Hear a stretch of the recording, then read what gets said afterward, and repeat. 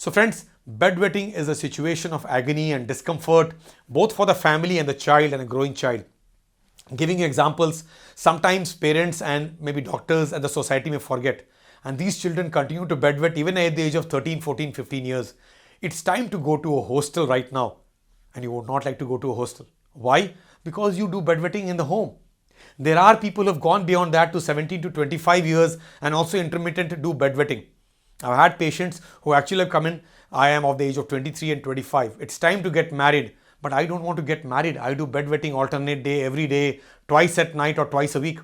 So for us to improve the quality of our future citizens and our young buddies, it's important for us to identify the quality of life of individuals who actually go through a very silent agony. They may not be able to speak up. Parents speak for them, but many a times parents may be ignorant. And that ignorance is never a bliss. Awareness is what we are driving today. Awareness about bedwetting or enuresis is an important aspect that needs to be taken to the society and make people understand that let us not allow bedwetting to happen in children between 6 to 15 years. These children are potentially treatable and curable. Once we have cured them, a small subset of patients may probably come back with a secondary bedwetting or secondary enuresis. So a child was dry all his life, and suddenly at the age of 8, 9, 10 years, we suddenly find bedwetting happening. And that is where the change could be something else. And therefore a doctor will have to spend time, look at the parents, discuss with the parents, the children, and the larger environment of the child, including the teachers too. There's a possibility the child is going through a psychological trauma. The child is going through possibly an abuse. There is a change in the psychology of the child because the child had a change of school. The child probably has a change of city. The child is not happy with what is undergoing around. That kind of a stress can sometimes bring about secondary enuresis, or when the child was dry for some years or completely, suddenly starts bedwetting. There's a psychological trauma happening in a very subconscious mind which a child may not be able to tell, and that has to be identified. So all secondary bedwetting or secondary enuresis after a periods or years of dryness could be for those children where we need to spend a more amount of time to identify. So friends, it is important for us to identify that the child is not constipated.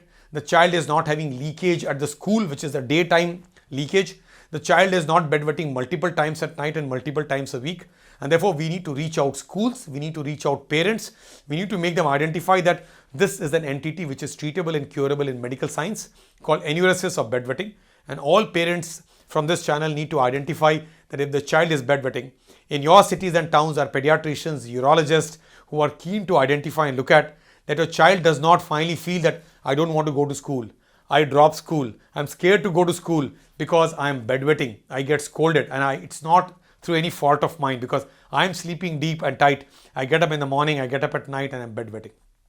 So bedwetting is quite an unrecognized kind of a situation, which means if it is unrecognized by the family, unreported or underreported to the medical society, and therefore underdiagnosed and undertreated, it continues to be an agony for the child and a growing child who could be a better performer.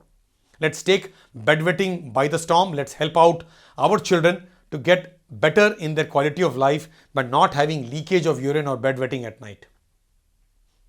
Thank you so much.